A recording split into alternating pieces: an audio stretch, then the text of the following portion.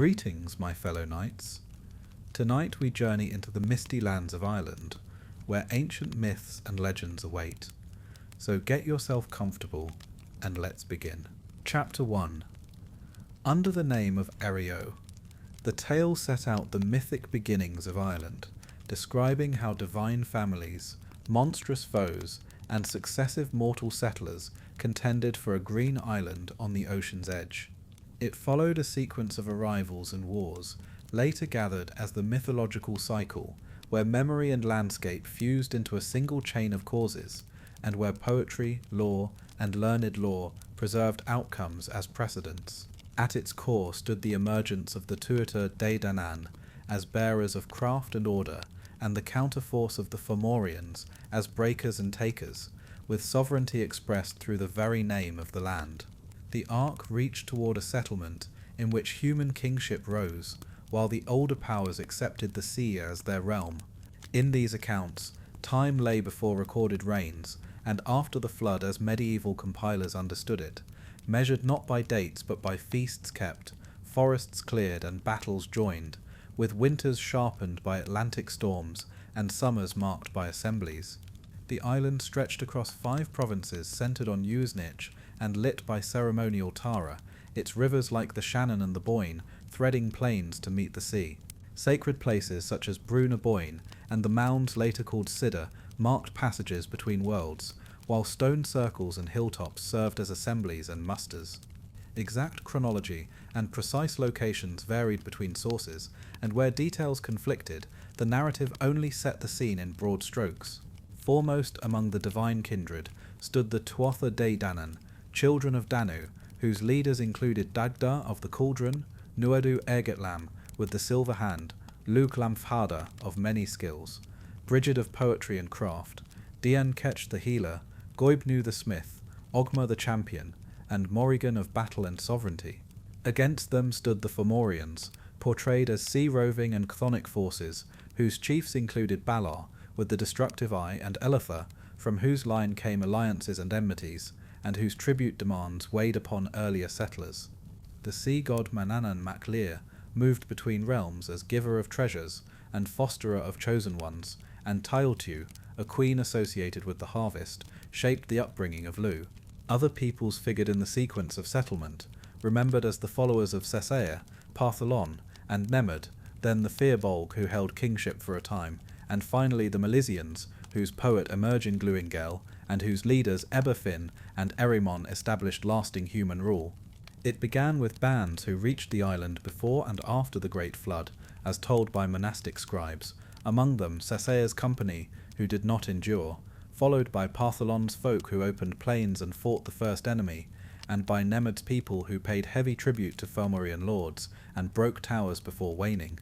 After a span, the Firbolg came, divided the island into provinces, and held it under kingship until new ships arrived, shrouded in cloud and fire, as the Tuatha Dé made their claim. The first battle of Magtuaid saw the Tuatha Dé defeat the Firbolg at a cost, for Nuadu's hand was severed, and rule by blemished body was barred under sacred law. Dian Ketch fashioned a hand of silver to restore Nuadu's form, yet a peaceful settlement after the war raised Brez, son of a Fomorian father and a mother of the Tuatha Dé, to the kingship through a union intended to bind kindreds.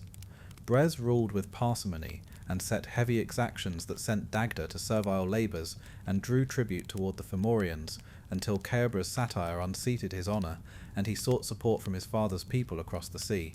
In that pressing time, Lue reached Tara, gained entrance by showing mastery in craft, poetry, warfare, music and more, and became the war leader whose council unified the Tuatha Dé. The second battle of Magtuirid followed, where Goibnu, Credni and Luchta plied flawless craft. Dian Ketch and his kin worked healing at the Well of Slyn. Nuadu fell to Balor's opening eye, and Lue cast a slingstone that burst through that eye and turned its ruin against the Fomorians. Dagda struck bargains, and Morrigan renewed the land's bond with victory. Brez was captured and spared in exchange for teaching ploughing, sowing, reaping, and the right measure of milk, and Tailtiu died after clearing a great plain, so Lue established Lugnasad as a harvest remembrance. The Tuatha Dé held sovereignty until the coming of the Milesians from the south, when Emergin contended with the winds by poetry, agreed to re-embark for a set time, and then returned to make judgment upon the island's claim. On the heights he met the sovereignty figures. Iriu, Bamba, and Fodla heard their petitions and promised fame in the land's names, granting Iriu the enduring one that kings used thereafter. After victories and a division between Iba Fin and Irimon, a pact set the Tuatha Dé in the Cedar Mounds such as Bruna Boina to rule the hidden world, while human dynasties took the surface and kept feasts upon the hills. Sources such as Libor Gabala, Erinaran, Cath Magatuarit, the Dainchенchas, and later compilations in the Book of Leinster and the Yellow Book of Lecan preserved variants of these matters, often reshaping tales to fit Christian chronology and to recast gods as ancient kings and magicians, and under the name Iriu bestowed, the island's later stories took their course. Chapter 2. The Arrival of the Tuatha Dé Danann. The tale described the coming of the Tuatha Dé Danann to Ireland and their first assertion of sovereignty through war and wonder. It traced how a learned and warlike people set foot in a land already occupied and claimed precedence by skill, magic, and arms. It followed their first confrontation with the Firbolg at Mag Tuared and the outcome that altered the balance of rule. It showed how triumph was secured at a high cost, shaping the kingship and customs that followed. The setting lay in mythic prehistory, before the arrival of the sons of Miel, and before the later reckonings of kingdoms and provinces. The Tuatha Dé Danann were said to have come in dark clouds or dense mist, descending upon the western reaches and gathering on a stone-strewn plain called Mag Tuared. Some accounts held that they burned their ships upon landing to bind themselves to the island, while other accounts spoke only of a veiling cloud that concealed their approach. The precise route of their voyage and the exact time of their landing were not recorded. The principal figures were named, and their ties set forth once.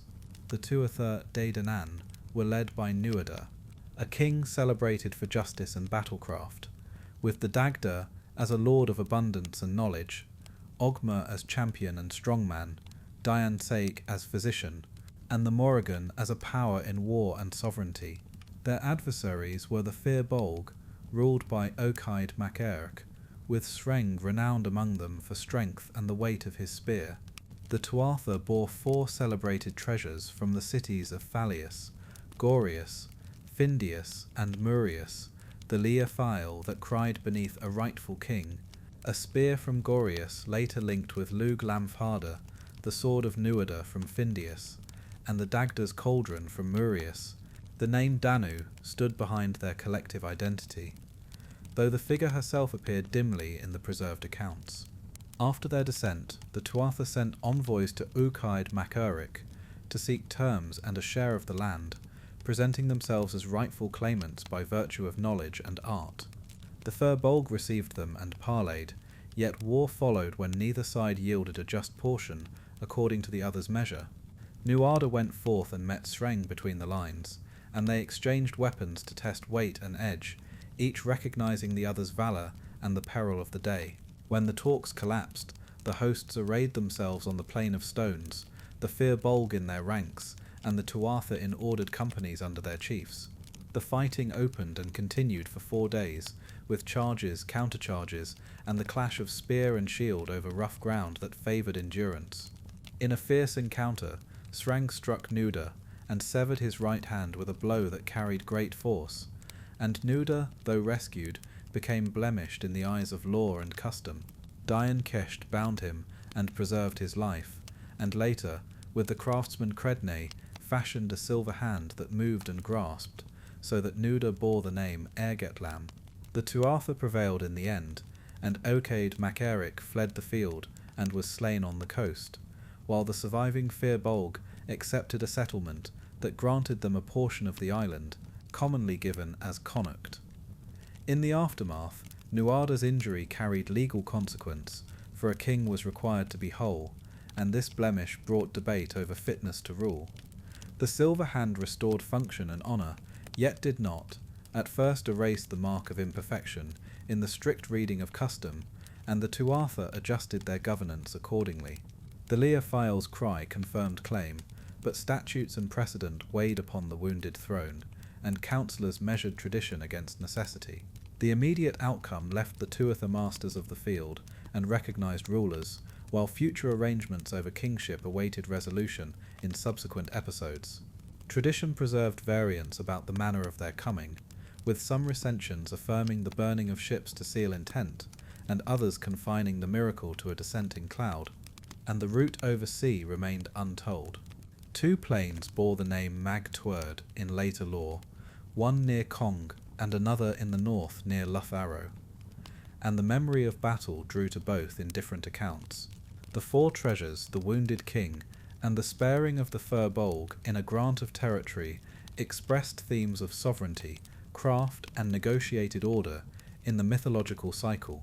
Their victory at Mag Tuatha established the Tuatha Dé Danann in Ireland and set the course for alliances and enmities that would soon test their rule. Chapter 3. The Silver Hand at Mag Tuatha. This tale recounted the arrival of the Tuatha Dé Danann and their first great contest for Ireland. It traced the first battle of Mag Tuatha, where Nuada lost his hand and the balance of rule shifted. It also followed the crafting of a silver hand and the uneasy kingship of Brez that followed. The events took place in a mythic age before the coming of the Milesians. The land was Ireland, with the battlefield at Mag Tuatha, later identified with a plain in Connacht. The seat of judgment and royal assembly remained at Tara, though decisions rippled outward across the island. The sequence and exact dates were not fixed in the tradition. The Tuatha Dé Danann were a divine people associated with craft, magic, and sovereignty, led at that time by Nuada, later called Air-Getalam, the Silver-Handed. Their adversaries in this phase were the Fir Bolg, whose champion Sreng fought with a heavy spear.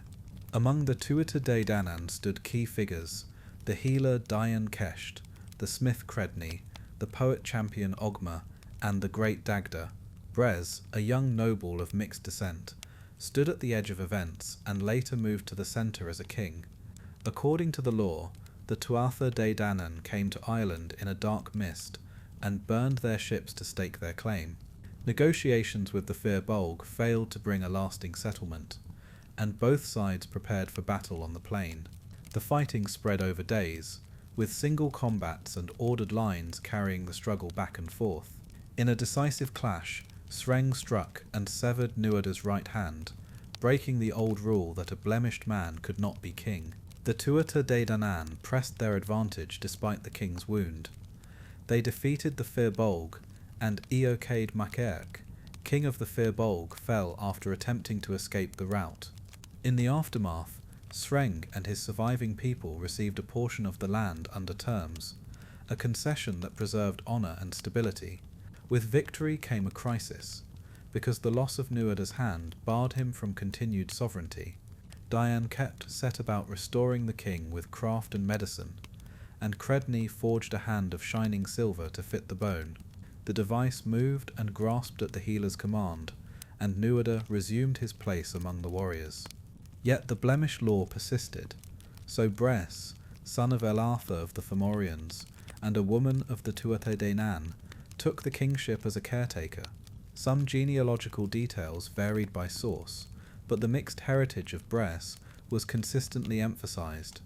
Brez ruled with an austerity that favored the Fomorians, exacting tribute and denying hospitality to the great. Poets were left without reward, warriors without feasts, and the people bore heavy burdens under foreign levies. The court's discontent gathered until the question of rightful sovereignty returned to the fore. The silver hand became a symbol of the struggle to restore balance between law, craft, and the land. Later accounts told that Dian Kest's son, Miach, and daughter Ermed worked to replace the silver with living flesh, and that Nuada thereby met the old law in full.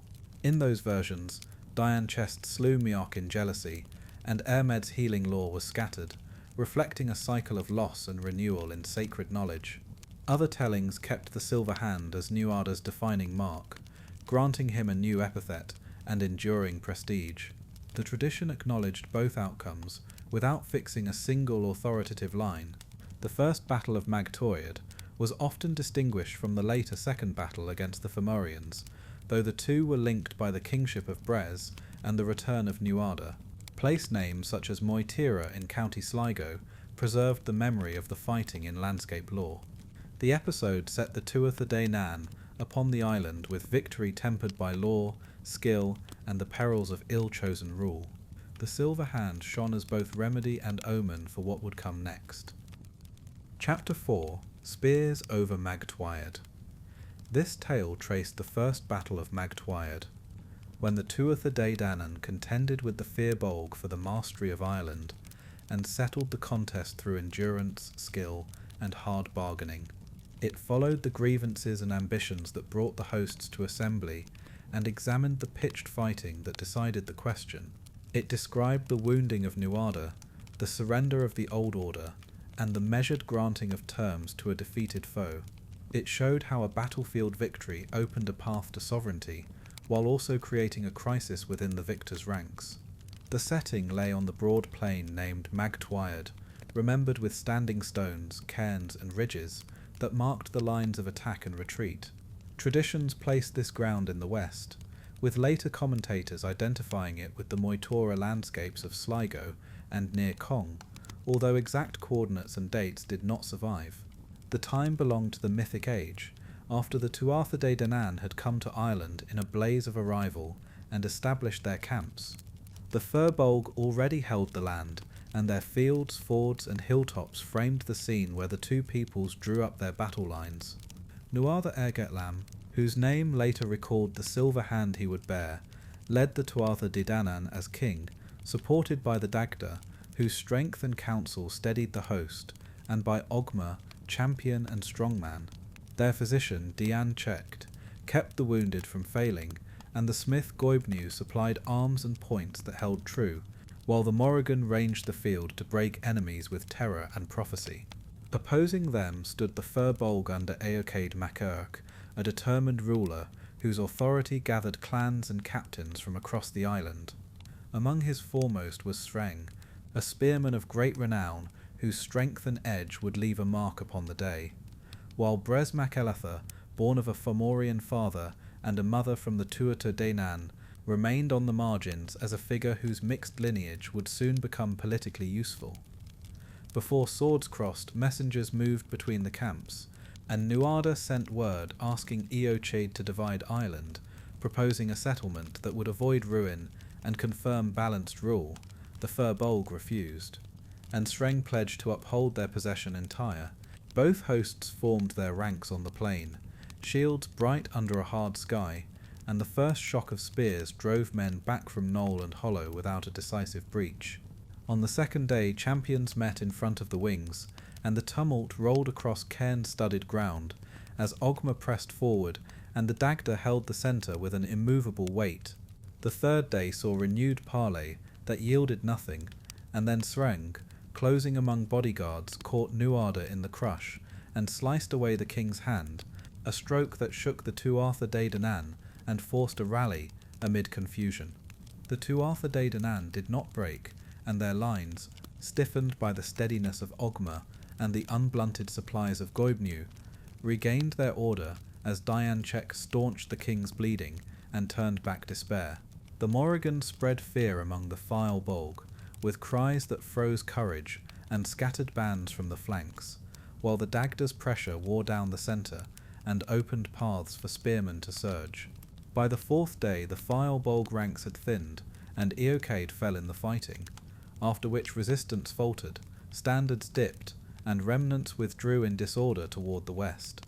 The victors pressed the field long enough to ensure retreat, then halted and sent envoys, and Nuada's councillors treated with Sreng, who received a compact granting his people a province in Connacht, while cairns raised over the slain fixed memory on the land.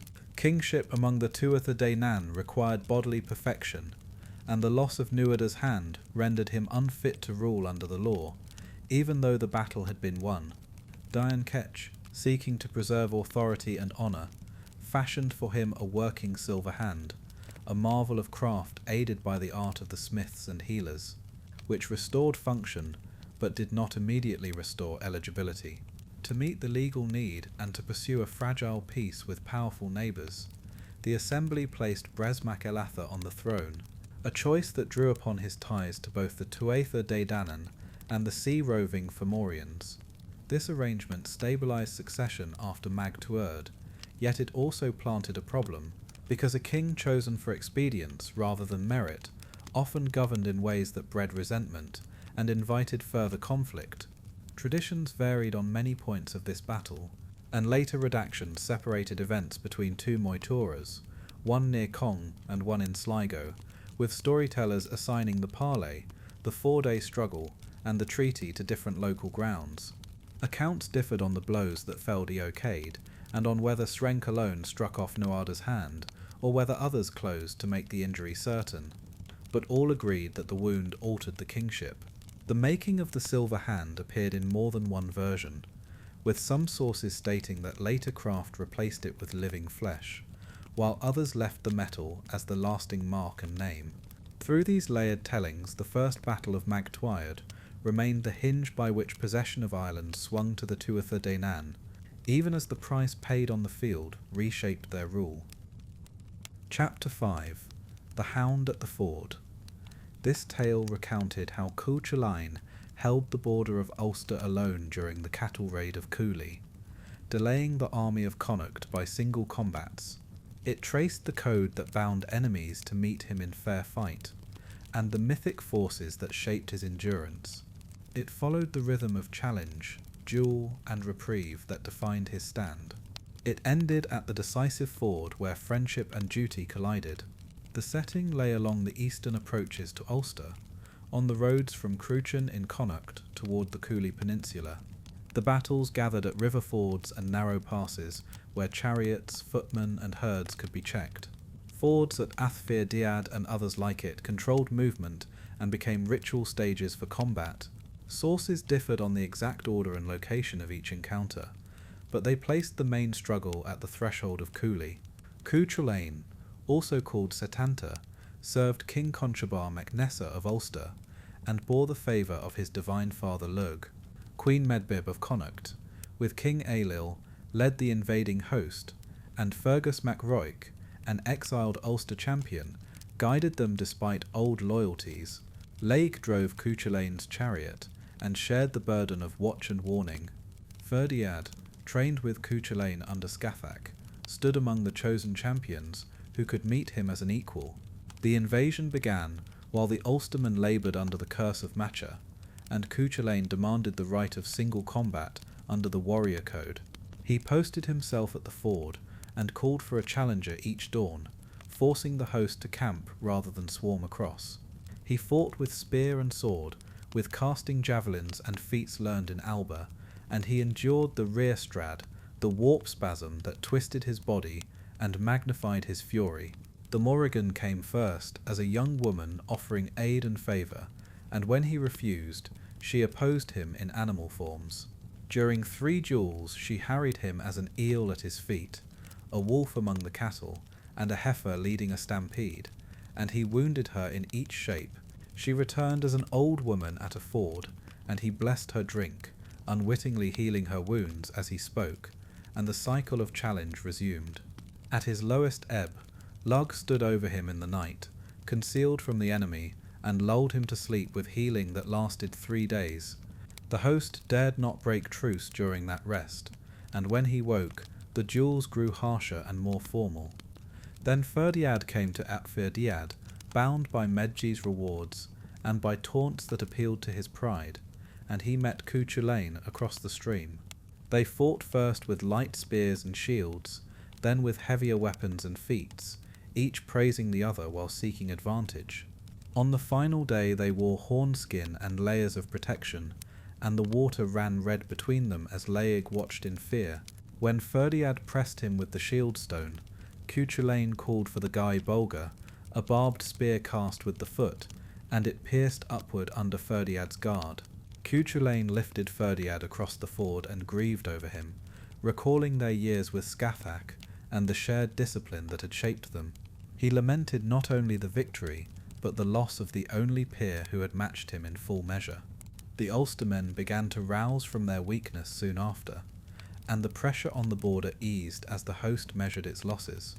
The raid moved toward its final reckonings, but the ford stood as the hinge upon which the campaign turned. Later manuscripts preserved differing versions of weapon lists, the number of combats, and the speeches between the rivals, reflecting the long oral shaping of the Tyne. The Rheastrad, the Giesa that constrained honour, and the sovereign challenge embodied by the Morrigan all placed the episode within a larger mythic code. Some accounts named different fords for early duels, but they agreed on Arth Fir Diad as the scene of the last encounter with Fir Diad. In the memory of the tradition, the Hound kept the ford, and Ulster held. Chapter 6. The Second Battle of Mag Tuatha. This tale recounted the Second Battle of Mag Tuatha, a decisive confrontation between the Tuatha Dé Danann and the Fomorians that determined who held lordship over Ireland and the right to levy tribute. It described the end of oppressive exactions, the restoration of rightful rule after years of humiliation, and the strategic use of craft, magic, and command to reverse a period of subjugation. At its centre stood Lug Lamfada, whose entry into the Tuatha Dé Danann transformed a troubled host into a coordinated force capable of meeting sea raiders and tyrants on equal terms. The narrative followed the fates of Nuada Ergetlam and Balor of the Evil Eye, and showed how the fall of each marked a passage from disorder to renewal, with knowledge and sovereignty bound together in the outcome. The fighting was set on the plain of Mag Tuatha, identified by later tradition with Moytira in the northwest of Connacht, near slopes and cairns that still mark the landscape and frame the field. The time belonged to the mythic age recorded by medieval scribes and carried no fixed date or linear chronology, though some versions connected the mustering and omens to the season of Samhain. Sources described a broad, marsh-bordered plain ringed by low hills, with fords and standing stones, where war bands pitched camps, lit watchfires, and watched mists drift in from the sea under heavy autumn skies. From coastal strongholds such as Tory Island, and from inland centres around Tara and the Boyne Valley, levies marched and sailed until both hosts faced one another across the field, their banners stiff in a cold wind. Nuada Ergetlam, whose hand severed at a former battle had been replaced first with silver and later with living flesh, resumed the kingship after the deposition of Bres mac Eletha for tyranny. The healing was credited to Dian Teach and to his son Miach, and the tale acknowledged that rivalries within the healer's house followed. Yet the restored king stood as a sign that wholeness and rule had been rejoined.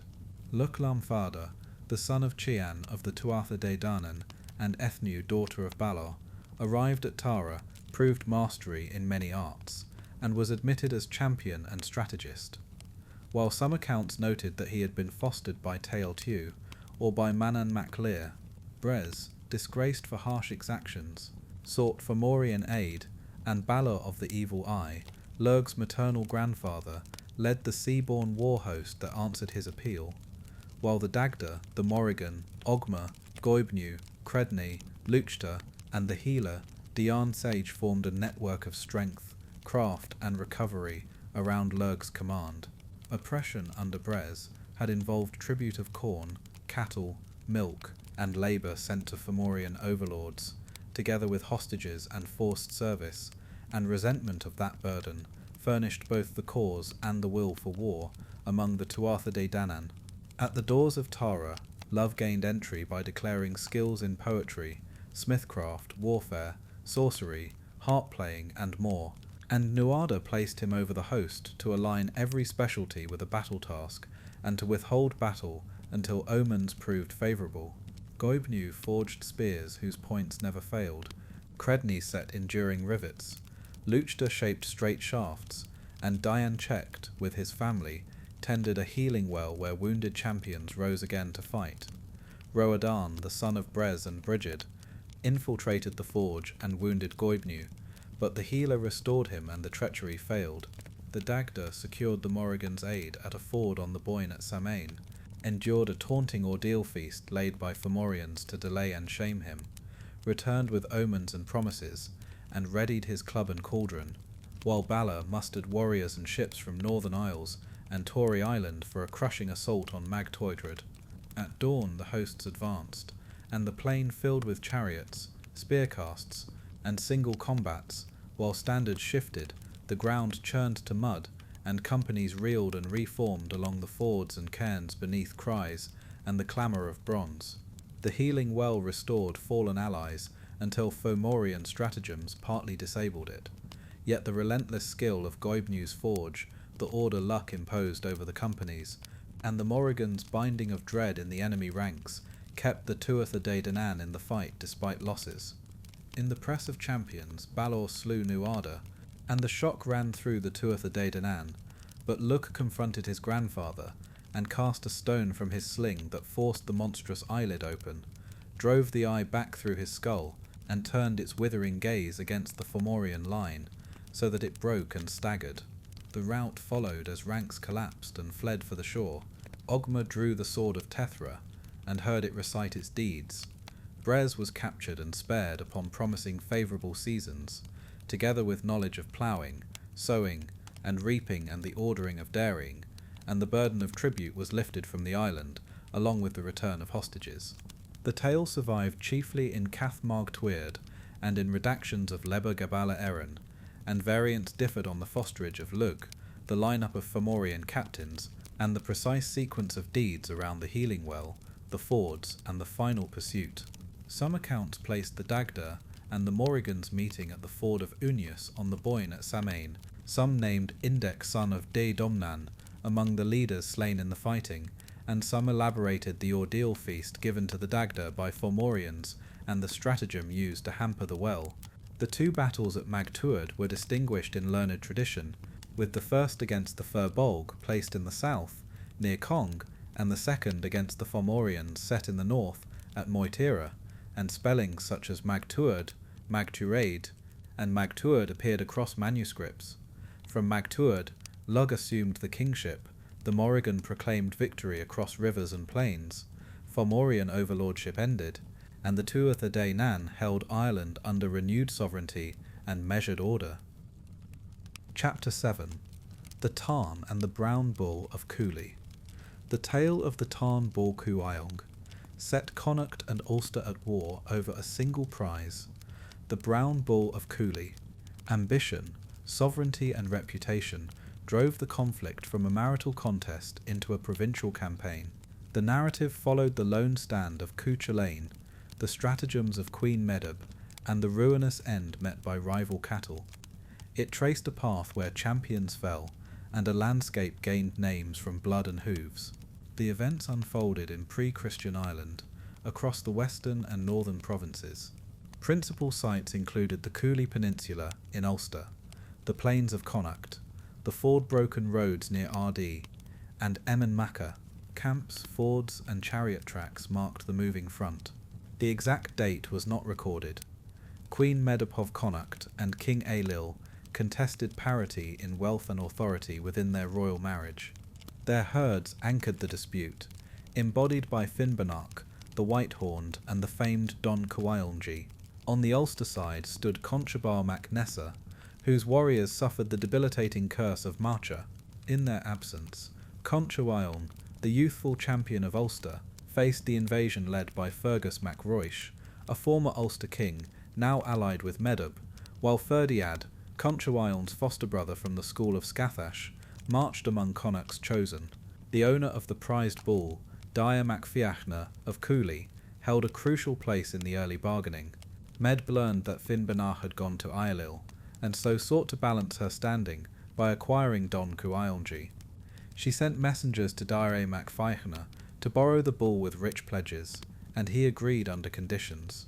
Boasts by her envoys insulted Daya, and the agreement collapsed, changing negotiation into armed intent. Medbar then assembled a coalition under her banner, placing Fergus at the head of the chariots, and moved east while Ulster's men lay stricken by Marcha's periodic pangs. Cú Chulainn harried the columns with slings and spears, and invoked the warrior custom of single combat at the ford. The practice forced Medb to send a champion each day, while the host encamped and advanced in halts. Many fell to Cú Chulainn's skill and to his battle frenzy, and each victory bought time for Ulster to recover. Medb pressed onward by night manoeuvres and diversions, while Fergus negotiated truces that Cú Chulainn honoured through complex bonds and hospitality. The single combats reached their height when Medb, short of willing fighters, sent Ferdiad against his foster brother. The two met at the ford after formal exchanges of weapons and promises, and they fought across 3 days with escalating arms and techniques. On the third day, Cú Chulainn used the Gai Bolga, a barbed spear cast from the foot, and struck Ferdiad a mortal wound, then lamented over him. Soon after, Ulster's warriors threw off the pangs, mustered under Conchobar, and drove against Connacht's host until both sides stood bloodied and thinly held together by honour. Meanwhile, Medb secured Don Cúailnge through stealth and herding, while her main force grappled with Ulster. The bull, driven west, later met Finn Banach in a final contest that mirrored the human war. Don Cúailnge gored and killed Finn Banach, then ran a circuit that scattered his rival's remains, leaving place names and sorrow across the land, and at last he died from wounds and exhaustion. With the prize lost to death and both provinces exhausted, the armies withdrew, and fragile peace returned to the fords and plains.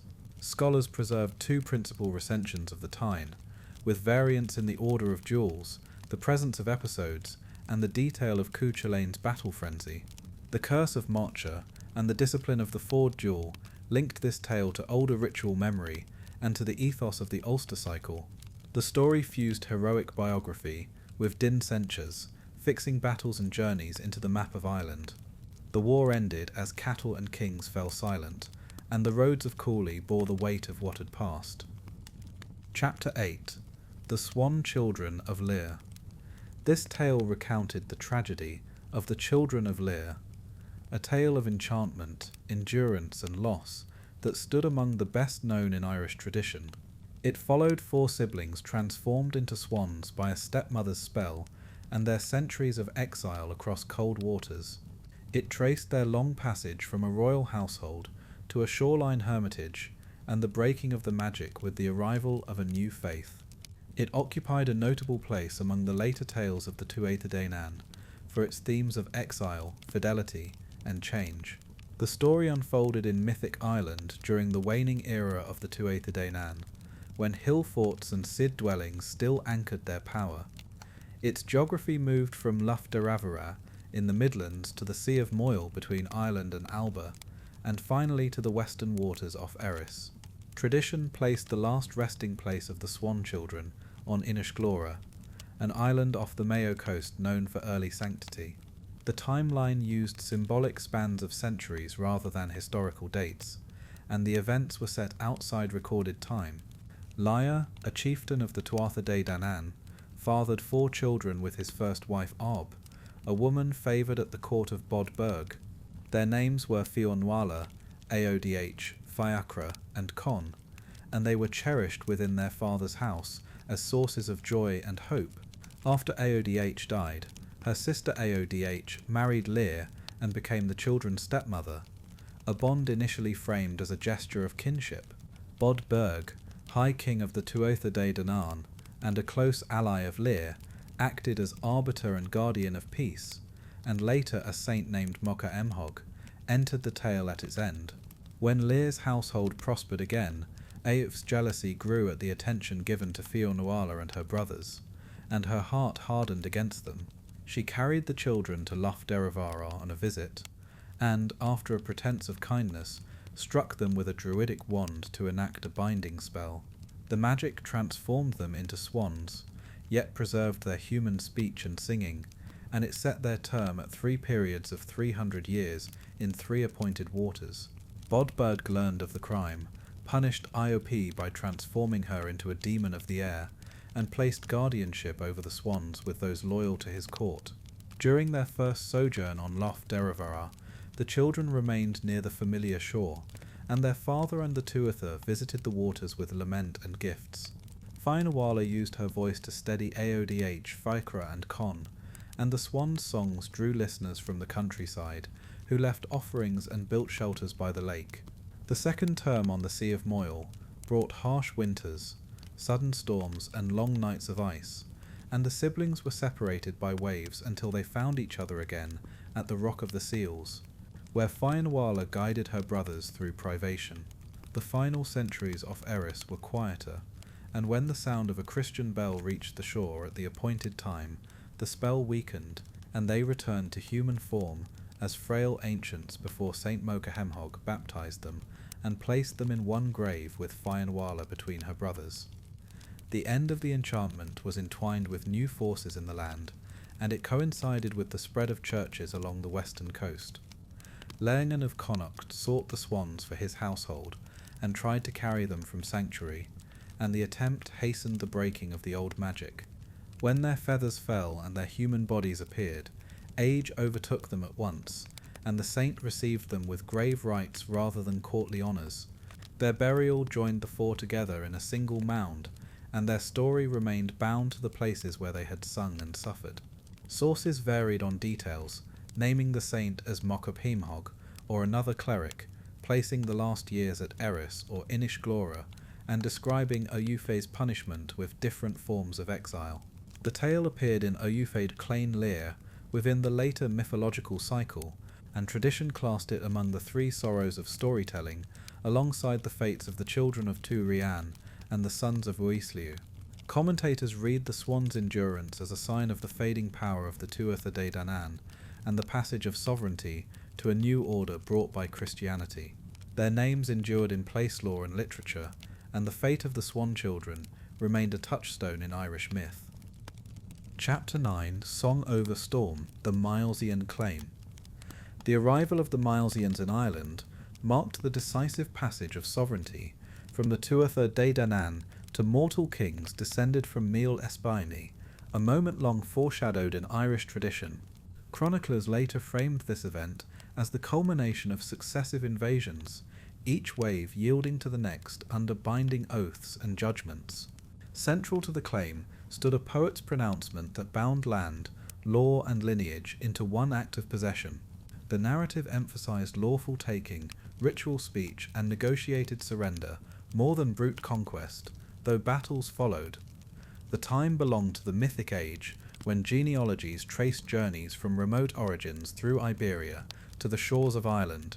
Ships departed from Brigantia in the northwest of the Iberian Peninsula, following sea lanes that mariners knew, and arrived at inlets later glossed as in Biscay. Landfalls and march routes varied by telling, but the sequence moved from coast to mountain, and finally to royal centre. The centres named included Sliab Mis and Temar, while final clashes occurred at places remembered as Teltiu and Druim Legan. The leaders of the expedition were the sons of Míl Espain, Ebiar Finn and Erimon, with Amagine Blugale as their chief poet, judge and arbiter of speech. Their kin included Don, who was eldest, and Ith, whose earlier scouting and death in Ireland provided cause for the voyage. The island's rulers were the Tuatha Dé Danann, under the three brothers Mac Cúil, Mac Cecht and Mac Grain, each wed to a queen who personified the land. Those queens were Bamba, Fodla, and Eriu, whose requests and benedictions shaped how the island would be named. The Milesians made landfall and climbed the ridges where they encountered, in turn, Bamba and Fodla, who asked that the island bear their names in honour if possession changed. They met Eriu at Uisnich or near Temer, where she granted welcome on the condition of enduring name, and Amagine answered favourably. The company then advanced to the royal hill and sought terms with the Tuatha Dé Danann, declaring intent to claim the land by right and by judgment. The Tuatha Dé Danann proposed a truce in which the newcomers would re-embark and withdraw beyond 9 waves, and Amagine accepted so that the taking would be lawful. The Milesians returned to their ships and drew back into open water until the coastline fell distant, and then a storm rose, summoned by the druids of the Tuatha Dé Danann. Waves broke the fleet, and Don's ship foundered near a place remembered as Tech Duin, and he did not reach shore. Amid the peril, Amagine stood and recited an invocation known as the Song of Amagine, naming wind, wave, stag, hawk, and hill, and by that speech he bound sea and land into balance. The storm abated, the ships returned, and landings were secured for the march inland and for battle. The Milesians fought skirmishes and engagements at Sliab Mis, and pressed toward the royal centre, where the brothers Mac Cúil, Mac Cecht, and Mac Grain fell in turn. The Tuatha Dé Danann then yielded the surface realm, and withdrew into mounds and hollow hills, entering the Seed as guardians of place and season, rather than open sovereigns. Amergin judged the naming in favour of Eriu's request, so the island bore Eria as its principal name, while Bamba and Fodla remained as poetic titles. Eberfin and Erimon divided the island between south and north, and later Erimon prevailed in a war of brothers, establishing a line traced by later kings. The medieval redaction known as Libor Gabala Erin preserved this sequence, combining saga, place lore, and euhemerized myth to link Gaelic rule with a sacred and lawful taking. Variants differed on landing sites, the order of hilltop meetings, and the exact words of Amergin's poem, but the core pattern of truce, storm, song, and surrender remained stable. Genealogies folded political claims into sacred geography, so hills, mounds, and river mouths bore witness to judgment and oath. In this telling, the poet's voice stilled the sea, the island took its enduring name, and the hidden people passed beneath the hills. Chapter 10. Under Hill. The Lasting Echo. The closing arc of Irish myth described how divine powers seeded the daylight world to mortal lineages while remaining near. It showed the transformation of gods into the hidden folk and the endurance of heroic memory in place names and custom. The tales settled the terms of sovereignty, kinship, and fate, and they set the pattern for how Ireland remembered its past. The myths ended by folding wonder into the land itself. The setting lay across Ireland's hills, rivers, and coasts, with attention drawn to mounds called Seer and to royal sites. Tara stood as a ritual centre, while Brúna Boinn lined the Boyne with ancestral architecture. Connacht, Ulster, Munster, and Leinster held their own halls, fords, and battle plains, each associated with a cycle of deeds. The time frame remained layered, with prehistoric echoes preserved in medieval manuscripts. The principal figures included the Tuatha Dé Danann, who ruled before the arrival of mortals, and then withdrew beneath the earth. Their counterparts were the Milesians, a people remembered as descendants of Miel, who claimed the island's surface and founded dynasties. Within the Tuatha, the Dagda appeared as a leader and steward, Lug as a brilliant champion, and Angus as a youthful lord of Brúna Boinn. Among mortals, Cú Chulainn and Fionn mac Cumhal stood as primary heroes, while Oisin carried memory into a later age, and poets and monks acted as transmitters of the law. The final settlement began when the Milesians reached the island and met Eriu Banbar and Fodla, who each offered sovereignty in exchange for remembrance.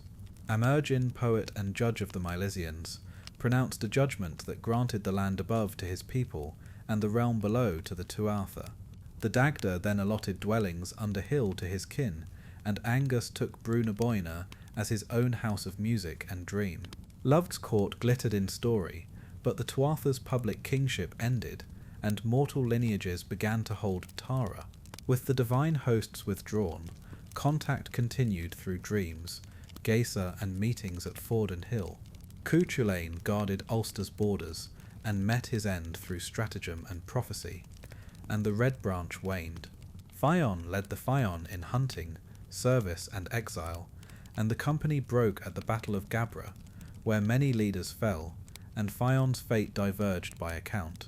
Oisin journeyed to Tir na Nog with Nion, and later returned, aged by time's return, to tell what he had seen.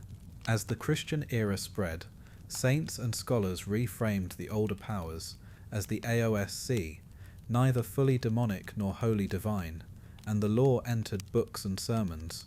Scribes compiled invasion lists and heroic tales in works such as Leber Gabala Erin, Leber na Huidre, the Book of Leinster, and Akalam na Senorak, and they set genealogies beside wonders. Kingship rituals at Tara waned, while holy places and monastic schools inherited the role of guardians of memory. The outcome fixed the myths between page and landscape, where wells, stones, and mounds still carried their names.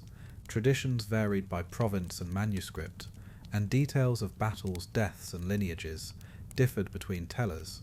Some accounts gave Fionn a hidden survival, while others described his fall. Some placed Cú Chulainn's death by one spear, others by three, and each school preserved its own cadence. The older gods appeared as fair hosts in one parish, as stern keepers in another, and the Banshee and Leaden Seedy emerged at the edge of folk belief.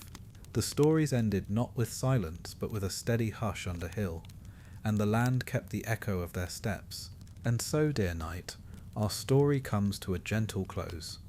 Remember, every night brings another story, and every story brings another dream. Until we meet again, rest well and good night.